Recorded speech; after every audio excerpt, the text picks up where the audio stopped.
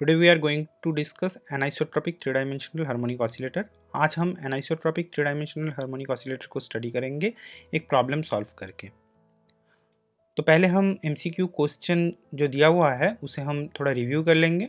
उसके बाद क्वेश्चन में जो पोटेंशियल दिया हुआ है उसके स्ट्रक्चर के बारे में हम पढ़ लेंगे और देन हम जो डिफरेंट एनर्जी स्टेट्स है उस एनर्जी स्टेट्स के एनर्जी क्या होने वाले हैं उसका एक जनरल स्ट्रक्चर निकालेंगे और फाइनली ग्राउंड स्टेट का जो वेव फंक्शन है वो कैसे दिखने वाला है वो आज हम पढ़ने वाले हैं।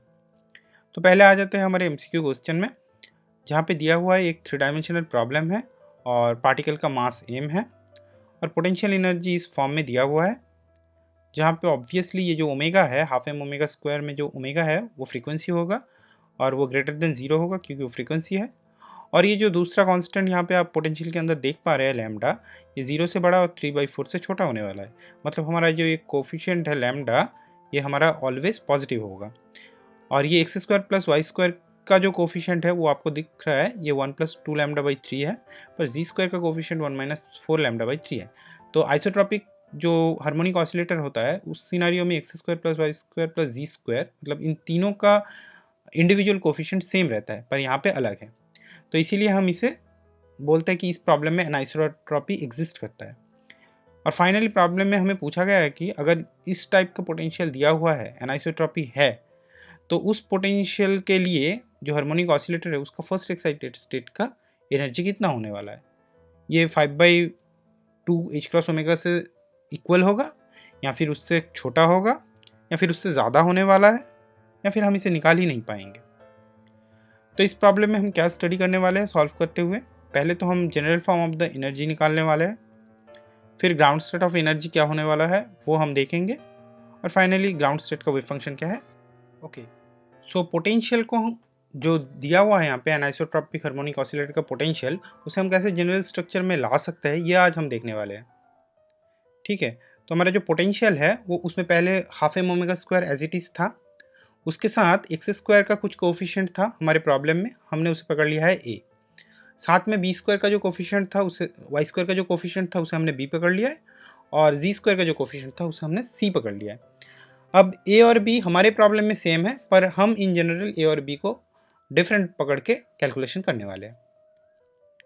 ओके, और यहाँ पे ए जो था 1 + 2 λ/3 था जो कि बी के साथ सेम है और सी था 1 - 4 λ/3। तो ये हमारे ओरिजिनल एमसीक्यू प्रॉब्लम में ए बी सी का वैल्यू था। ठीक है, अब हम इसे इस स्ट्रक्चर पे लिख सकते हैं जहाँ पे first term half m omega square a x square है और इस ओमेगा स्क्वायर ए को हम एक साथ ओमेगा सफिक्स ए उसका होल स्क्वायर लिख सकते हैं। सिमिलरली दूसरे टर्म को हम omega b square y square पकड़ सकते हैं और ये जो फर्स्ट टर्म हमारा था half m omega square x square, इसे हमने वी एक्स समझ लिया है और ये ओमेगा ए को हमने यहाँ पे एक्सप्लिसिटली लिख दिया है a omega square. Similarly half m b square y square को हम वी वाई पकड़ सकते हैं, जहाँ पे ये ओमेगा बी जो था वो हमारा बी ओमेगा स्क्वायर होगा। और सिमिलरली हम half m omega c square z square लिख सकते हैं लास्ट टर्म को और इसे हम वी जेड पकड़ेंगे और यहाँ पे भी ओमेगा सी स्क्वायर का वैल्यू सी ओमेगा स्क्वायर होने वाला है। ठीक है, तो यहाँ पे जो देखने वाली चीज़ है कि हमारा जो जनरल एनाइसोट्रॉपिक हार्मोनिक ऑसिलेटर का स्ट्रक्चर है वो इस इक्वेशन पे हमें दिख रहा है। ठीक है, जहाँ पे एक्स स्क्वायर का एसोसिएटेड जो कोफिशिएंट है ओमेगा ए स्क्वायर, मतलब एक्स डायरेक्शन पे जो फ्रीक्वेंसी होगा वो हमारा ओमेगा ए स्क्वायर है। सिमिलरली वाई में बी और जी में ओमेगा सी होगा। ये हमारा जनरल एनाइसोट्रॉपिक हार्मोनिक ऑसिलेटर का स्ट्रक्चर है। ये हमारे प्रॉब्लम के स्ट्रक्चर के साथ मिल रहा है, हमारा जो एमसीक्यू प्रॉब्लम है उसके स्ट्रक्चर के साथ मैच कर रहा है, जहाँ पे ओमेगा ए को हमने लिख दिया ए ओमेगा स्क्वायर, ओमेगा बी को हमने बी ओमेगा स्क्वायर और ओमेगा सी को सी ओमेगा स्क्वायर अगर लिख दिया तो हमारे प्रॉब्लम जो था एमसीक्यू प्रॉब्लम था वो एक जनरल हार्मोनिक ऑसिलेटर के स्ट्रक्चर में पड़ जाएगा। अब आते हैं हम एनर्जी कैसे होंगे। हम इसे डिफरेंशियल इक्वेशन से सॉल्व कर सकते हैं, अगर आपको वो सोल्यूशन चाहिए तो हम प्रोवाइड कर देंगे बाद में, पर फिलहाल जो ट्रिक है यहाँ पे वो हम बता देते हैं। क्या है, आपने वन डायमेंशनल हार्मोनिक ऑसिलेटर के लिए प्रॉब्लम सॉल्व किया होगा ज़रूर, तो वहाँ पे आपको अगर याद होगा तो वहाँ पे एनर्जी निकलता था n + ½ h क्रॉस ओमेगा। तो यहाँ पे क्योंकि हम थ्री डायमेंशन पे है तो यहाँ पे ट्रिक होने वाला है, ईच डायरेक्शन के लिए जो एनर्जी निकलता है उसे आप ऐड कर दीजिए।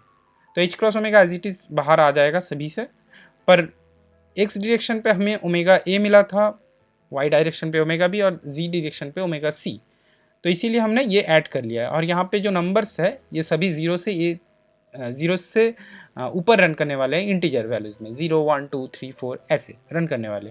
तो हमारे जो एनर्जी है 3 डायमेंशन पे वो हमें मिल चुका है as n a n b n c के टर्म्स में। अब ये ओमेगा ए जो था ये हमारे प्रीवियस कैलकुलेशन से हमें पता है कि ओमेगा ए होगा square root of a times omega, इसीलिए हमने ओमेगा को बाहर निकाल दिया है। और यहाँ पे रूट ए रूट बी रूट सी अपीयर कर रहा है। अब हम इसका इंडिविजुअल वैल्यू जो है हमारे प्रॉब्लम में वो हमने बिठा दिया है यहाँ पे। आप जैसे देख सकते हैं यहाँ पे रूट ए को हमने बिठा दिया square root of 1 + 2 by lambda. Similarly second term के लिए भी एक ही चीज़ आने वाला है, पर लास्ट टर्म के लिए ये एन सी प्लस हाफ आने वाला है और 1 - 4 लैम्डा बाई 3 आएगा। तो ये हमने यहाँ तक हमारा जनरल फॉर्म था। उसके बाद हमने हमारे अकॉर्डिंग टू MCQ प्रॉब्लम यहाँ पे ए बी सी का वैल्यू बिठा दिया है। ठीक है, ये 1 + 2 लैम्डा बाई 3 का जो स्क्वायर रूट है उसके सामने एन ए प्लस हाफ है, यहाँ पे एन बी प्लस हाफ है, तो हम इसे कॉमन ले लेंगे तो हमें मिल जाएगा n a plus n b plus 1, और ये एज इट इज़ रूट जो था हमें यहाँ पे बिठाना होगा, और ये लास्ट टर्म हमने एज इट इज़ रख दिया है। ठीक है, अब हम एक एजम्पशन पकड़ेंगे। क्यों हम ये एजम्पशन पकड़ेंगे? क्योंकि आपको इन जनरल कोई भी लैम्डा के लिए, जहाँ पे प्रॉब्लम में लैम्डा का वैल्यू 0 से ऊपर है और 3/4 से छोटा है, तो उसके अंदर कोई भी लैम्डा के लिए आपको फर्स्ट एक्साइटेड स्टेट के एनर्जी को निकालना है। तो वो जो एनर्जी होगा वो किसी भी पॉजिटिव लैम्डा के लिए पॉसिबल है, जहाँ पे लैम्डा का वैल्यू 3/4 से छोटा और 0 से बड़ा होने वाला है। तो हम यहाँ पे एक अप्रॉक्सीमेशन लेने वाले हैं कि लैम्डा 3/4 से बहुत बहुत बहुत छोटा है पर 0 से बड़ा है ऑब्वियसली। तो वो अप्रॉक्सीमेशन अगर हम ले लेंगे तो हमें क्या मिलने वाला है, तो आप इस अप्रॉक्सीमेशन को इस स्टेप पे बिठा दीजिए, तो आपको मिल जाएगा एच क्रॉस ओमेगा। ये जो नंबर्स थे ये यहाँ पे एज इट इज़ बैठेंगे। इसका अगर आप बाइनोमियल एक्सपेंशन कर लेंगे तो यहाँ पे 2 लैम्डा बाई 3 लैम्डा बाई 3 में कन्वर्ट हो जाएगा, और एज इट इज़ यहाँ पे 4 लैम्डा था तो वो 2 लैम्डा आ जाएगा। तो ये हम दिस एजम्पशन के बेस पे यहाँ पे इतने दूर तक हम आ चुके हैं। अगर आप एजम्पशन नहीं पकड़ने चाहते तो यहाँ तक आप कैलकुलेट कर सकते हैं। ये फुल्ली जनरल फॉर्म है हमारे MCQ के लिए। तो यहाँ तक हमारा कोई भी एनिसोट्रॉपिक प्रॉब्लम हो, यहाँ तक जो फार्मूला हमने डिराइव किया है वो एप्लीकेबल है। MCQ के लिए ये यहाँ तक पूरा राइट है, करेक्ट है। और ये जो लास्ट फार्मूला है ये हमारे प्रॉब्लम में पर्टिकुलरली एजम्पशन पकड़ने के बाद आने वाला है। ठीक है, तो उससे हमें क्या मिल जाएगा? आफ्टर अप्रॉक्सीमेशन हमें मिलने वाला है एनर्जी ये। आप देख सकते हैं अगर लैम्डा को हमने 0 बिठा दिया तो हमें जो यूजुअल आइसोट्रॉपिक हार्मोनिक ऑसिलेटर है उसका एनर्जी का स्ट्रक्चर यहाँ पे मिल रहा है। ओके, फिलहाल यहाँ पे हम देख सकते हैं लैम्डा बाई 3 का जो कोफिशिएंट है वो है Na plus NB minus twice NC। ठीक है, तो अब ग्राउंड स्टेट कितना होने वाला है? ऑब्वियसली Na, NB और NC हमें तीनों को 0 बिठाना है। तो आप अगर 0 बिठा दोगे तो ये टर्म नहीं रहने वाला है, और ये जो लैम्डा का कोफिशिएंट है Na plus NB minus twice NC ये ट्रिवियली 0 होने वाला है। तो हमें एनर्जी मिल जाएगा ground state 3/2 H cross omega. ठीक है, अब फर्स्ट एक्साइटेड स्टेट क्या होने वाला है? जो हमारा MCQ प्रॉब्लम है जो हमें इस क्वेश्चन में पूछा गया है वो क्या होने वाला है? वहाँ पे प्रोबेबल 2 टर्म्स आ सकते हैं एनर्जी के लिए। ठीक है, तो एक है E001 मतलब Na को 0, NB को 0 और NC को आपने अगर 1 पकड़ लिया तो एक एनर्जी लेवल आ सकता है, या फिर आपने Na को 1 और बाकी NB NC को 0 पकड़ लिया वो भी आ सकता है, और Na को 0 NB को 1 भी पकड़ा तो सेम ही एनर्जी आने वाला है। तो ये E100 और E010 ये सेम ही है। तो अब ये दो एनर्जीज में कौन सा एनर्जी छोटा है वो हमें देखना होगा। तो अगर 001 बिठा देंगे तो यहाँ पे आप 3 टर्म्स में से NC 1 होगा, 1 + 3/2 5/2 आ जाएगा, और यहाँ पे 00 - 2 आएगा तो -2 लैम्डा बाई 3 ये हमने बिठा दिया है। अब देख लेते हैं E010 क्या आने वाला है। ये आने वाला है हमारा यहाँ पे 010, तो यहाँ पे फिर से 3/2 आ चुका है, और क्योंकि हमने 1 0 0 पकड़ा है तो यहाँ पे 1 0 और यहाँ पे भी 0, तो ये नहीं रहेगा, ये दोनों term n b n c नहीं रहने वाला, सिर्फ एन ए रहने वाला है, तो इसीलिए λ/3 आ चुका है। तो आप गेस कर सकते हैं इसमें से कौन सा वैल्यू लोअर है और कौन सा वैल्यू हायर है। तो ऑब्वियसली यहाँ से हमें मिल चुका है E001, ये वैल्यू हमारा लोएस्ट होगा। तो ये हमारा फर्स्ट एक्साइटेड स्टेट प्रॉब्लम पे जहाँ पे पोटेंशियल दिया हुआ था और पूछा गया था फर्स्ट एक्साइटेड स्टेट एनर्जी क्या हो सकता है, तो ऑब्वियसली ये हमारा ऑप्शन 2 होगा, जो energy less than 5/2 H cross omega होने वाला है।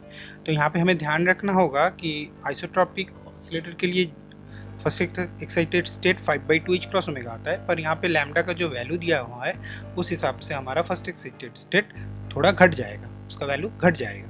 ठीक, हम आ जाते हैं हमारे 3 dimensional harmonic isotropic harmonic oscillator के वेव फंक्शंस में। ये हम फिर से डिराइव नहीं करने वाले हैं, यहाँ पे हमने सिर्फ स्ट्रक्चर को लिख दिया है। तो ये जो स्ट्रक्चर होगा इंडिविजुअल वन डायरेक्शन पे जो वन डायमेंशन में जो हार्मोनिक ऑसिलेटर होता है वो वेव फंक्शंस के मल्टीप्लिकेशन में आने वाले हैं। तो अगर आप ये बिछाड़ देंगे तो ये देख सकते हैं आप ω⁴ आने वाला है जो यहाँ पे आया है, और यहाँ पे अंदर सिर्फ x² रहता था ω(x²), तो इसको आपको ω(a)x², ω(b)y² ऐसे टर्म्स में लिखने हैं। और फिर आप ω(a) को अगर रिप्लेस कर देंगे ω√a²√b ऐसे जो टर्म्स पे हमने लिखा था इन जनरल फॉर्म में, तो आपको फाइनल स्ट्रक्चर ये मिल जाएगा। तो thanks for watching this video.